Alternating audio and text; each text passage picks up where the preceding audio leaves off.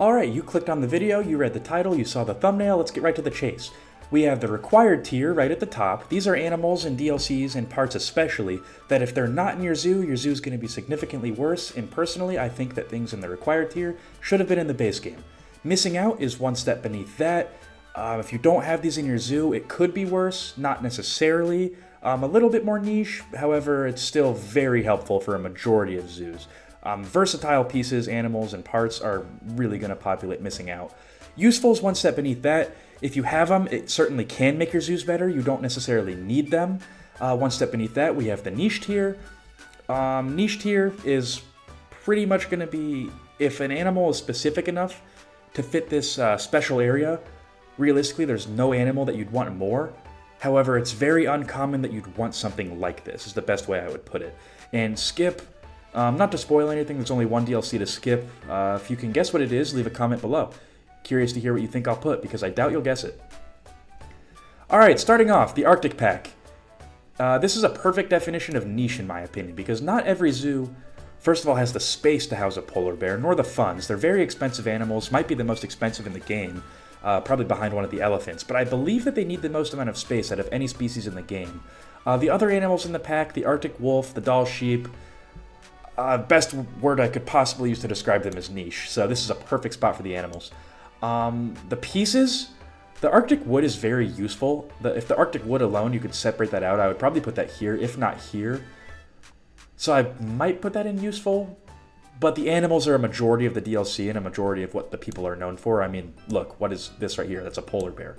What is this? That's a jaguar. That's not a temple piece. So pieces are sort of a byproduct of the DLC. So I'm confident putting the Arctic pack at niche. The South America pack. Very interesting DLC. It has the giant anteater is a very good animal, and if this was based off Keystone Park and Keystone Wilds, it would be up here in required. They're honestly one of the main characters, which I did not expect at all going in. A lot of people think that's one of my favorite animals ever. They're really not. They just happen to fall into that endangered category to where a conservation-based zoo realistically could do something for the species. The white-faced capuchin puts the pack down here. Very good animal, very good model. There's nothing wrong with them, but from a content creator's perspective, I'll be recording the most vast and beautiful cinematic ever, and then you just hear 9 demonic screeches coming from the back of the South American pavilion. So that's a bit frustrating. Plus their favorite item to play with is their musical keyboard, so they might be the loudest animal in the game. However, overall the temple pieces are very nice. It has some good decorations. The Jaguar's a great model, honestly a base game snub, which pretty much means it should have been in the base game. We'll get to a lot more of those later, trust me, Wetlands pack.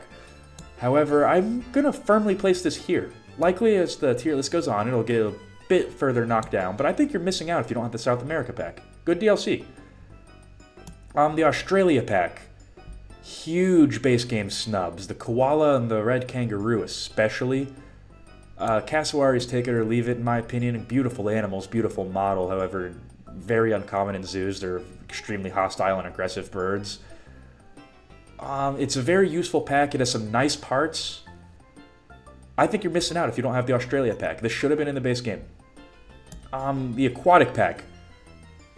Even if we're not including Deep Dive, which came with this DLC, but I believe it was free for all, regardless if you purchased or not, this is an awesome DLC.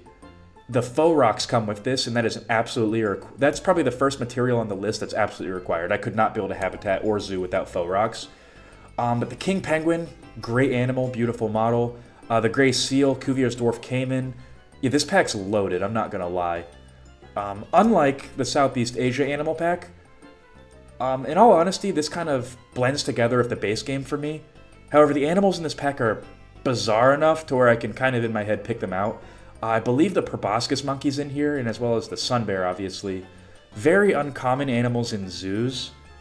Good animals, nonetheless, though. They're very nice-looking models.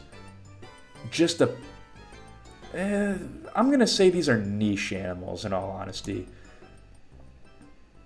I think the Arctic serves a better niche, in my opinion, because obviously it has nice pieces, and this doesn't have any, being an animal pack. So I think this is a good spot for it. However, I do like this pack. It was honestly a good one to bundle with the pre-release of console, just like the North America pack, which we'll get to. I think this is a good spot for it, though. Africa pack. One word, plaster. One of my absolute favorite and most versatile building pieces in the game. It's got a loaded animal roster. The African penguins. The fact that the two best packs so far, in my opinion, both have penguins, and the base game didn't. One of them definitely deserves to be here just because of that. And I think African penguins are more common in zoos. They look a lot like the Humboldt penguin, which I believe is the most common penguin in zoos, which is from South America. I really wish they were in the game. A beautiful animal. Loud, too. However, this includes the meerkat, southern white rhino, a lot of good building pieces. Yeah, I'm confident in putting this pack all the way up here. A lot of packs that have smaller animals, like the meerkats, king penguins aren't too big, koalas especially. These are animals that I'll typically rank a bit higher because it's a lot easier to slide just a small habitat in somewhere as opposed to building some grand safari, which obviously is what you'd use the southern white rhinoceros for. So this pack gives a great variety of possible builds. It gives one of the best building piece families in the entire game. I like this pack a lot. North America pack. Very interesting DLC. If this was me personally, it's one of my favorites. Being from North America, the Midwest especially, I see all these animals all the time except for the moose. However, I know we have some Canadians watching right now. You've probably seen a moose, and I'm jealous. However, it's niche, but it's also very useful. These are some very nice animals, very good models. The beaver is effectively the mascot of the entire channel, if not Keystone Park. We actually just added beaver and Bobby shirts, the baby beaver from Keystone Park, to the channel shop if you want to check that out. I like this pack a lot. I'm going to put it in useful. Realistically, it probably should go in niche. Me personally, I would put it in missing out, so useful is a good middle ground. Europe pack. Now this is a tough one, because the animals, realistically, in my opinion, are take it or leave it. We've got the badger in here, the lynx. They're good animals, but animals are overall niche.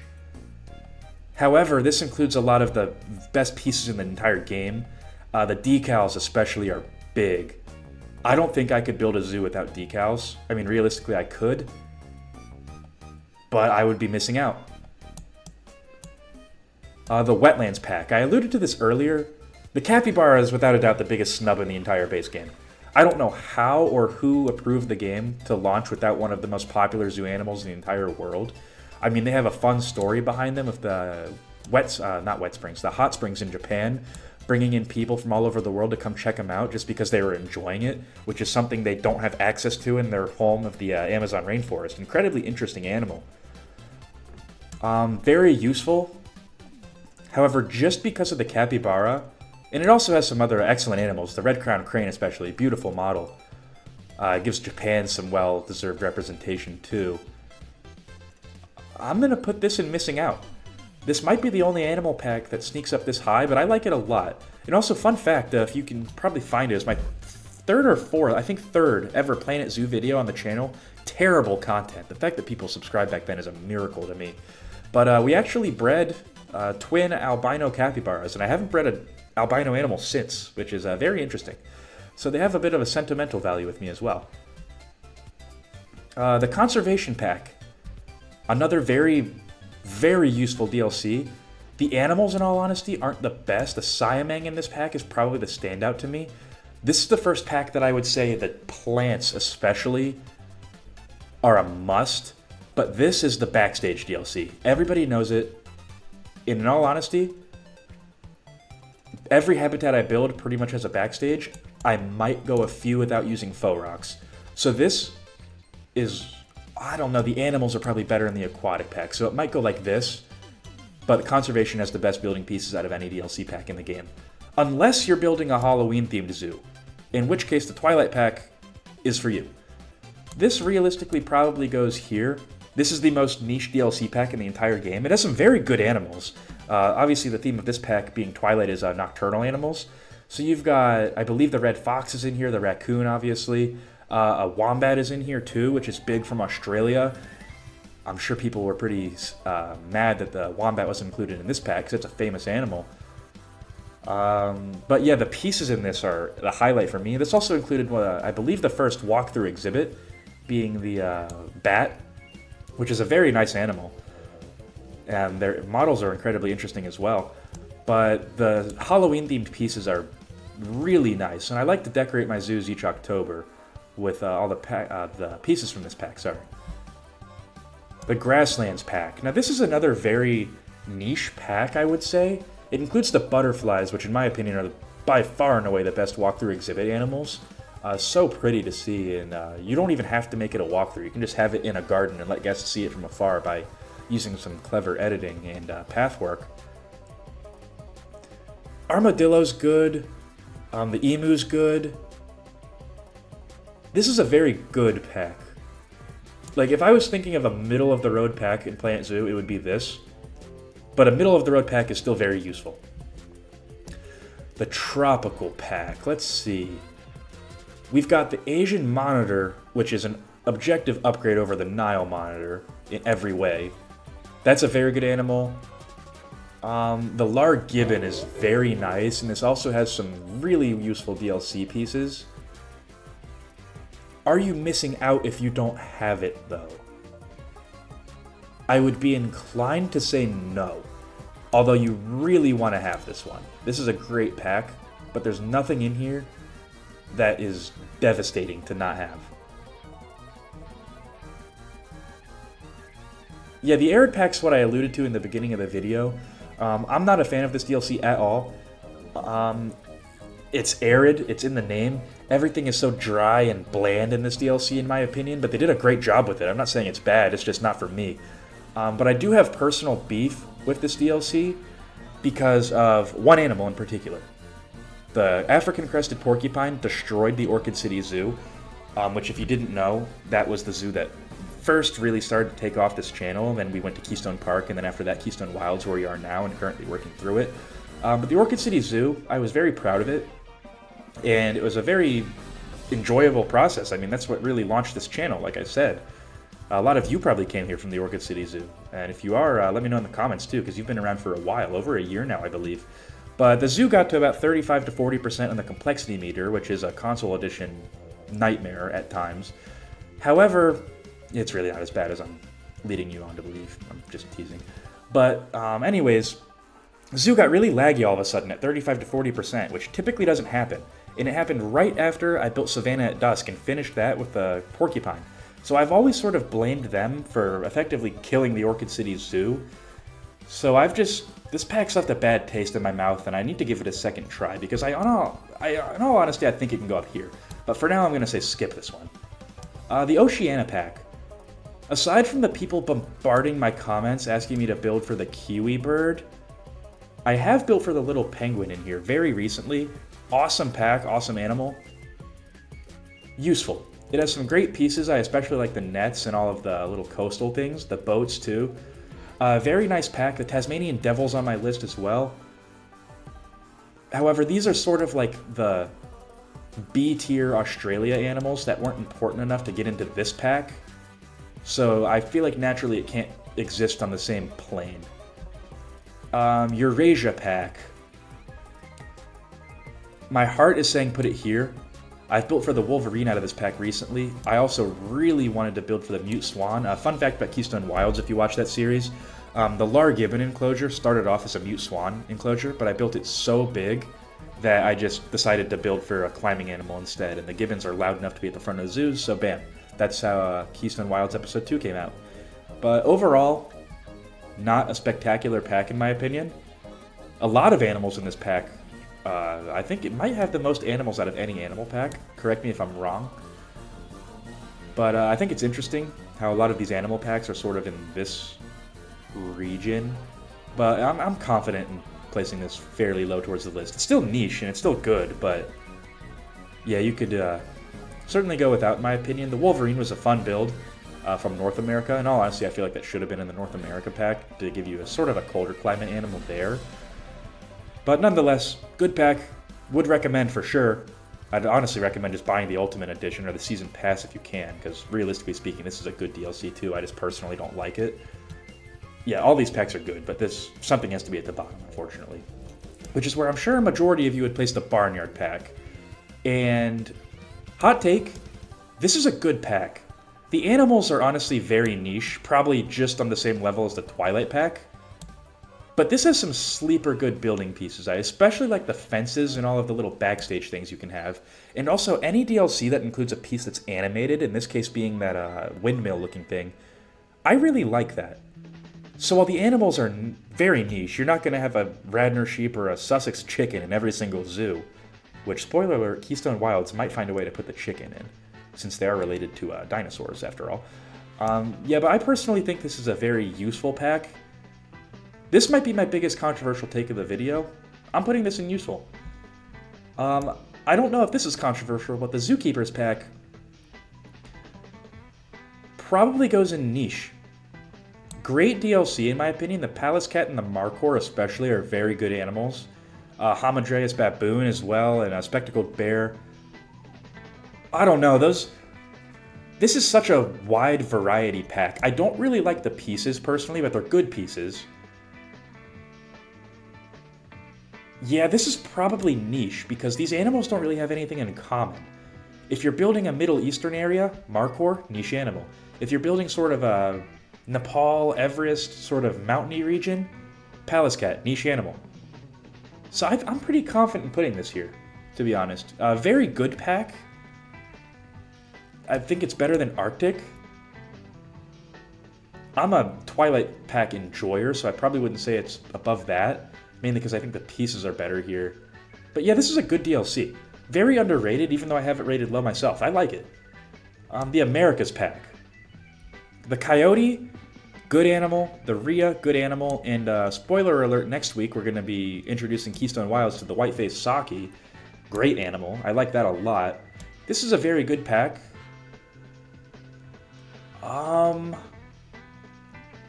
I probably have this right here. It's another great DLC. Animal packs in general have a tough time standing up against DLC packs in general, because they just naturally don't have the pieces to compete, even though this has some celebration-themed pieces. They're just not the most useful. It's very similar to the Zookeeper pack, but with a slightly like Mexican theme, South American, Central America, somewhere in there. So I'm not the biggest fan of this pack. The American Flamingo is a beautiful animal and objectively better than the Greater Flamingo. Maybe this goes above Arctic. Yeah, this is a good pack as well. The Asian pack. Now this is an interesting one for me. Because not to sound arrogant, but I consider myself very knowledgeable on a lot of animals. So when a pack comes out and I don't know that about a third of the pack's animals even existed before coming out, the Piers David deer, you've got the black buck, and there's another one in there too. Very niche animals. The honey badger is doing a lot of the lifting. It's an iconic species. And it gave us the best elephant in the game too, so it's a very useful pack. However, since it's spreading awareness and conservation just by existing and teaching people about animals that have gone extinct in the wild, I call that useful. It has some very nice animals. They're niche, albeit, but I like the pieces in here. Very useful pieces, in my opinion, especially for lighting, which can be difficult. Let me see if I would change anything. Overall, I think it looks good. The only one that I'm a bit iffy on is Oceania pack right here. It has so many small animals that Australia sections desperately need. I might put that down a little bit further, actually. And just because I like it, I might put the North America pack up here. I might promote the tropical pack, is what I would do. Because I want these two to have the same amount. I think this is a very concrete top 3. And like I said, realistically, the arid pack, it has the Sandcat, which is nice too. But realistically, this would probably go here, I would say. But yeah, because of my personal vendetta, I can't. But I think this is an excellent list. Let me know what you guys think about the video. If you like this format, we can do something else. First time really doing live commentary for this long. Looks like we're at about 20 minutes in. I had a lot of fun doing this. So let me know if you guys like it. Don't forget to like and subscribe. And I'll see you in the next one. Kingpin out.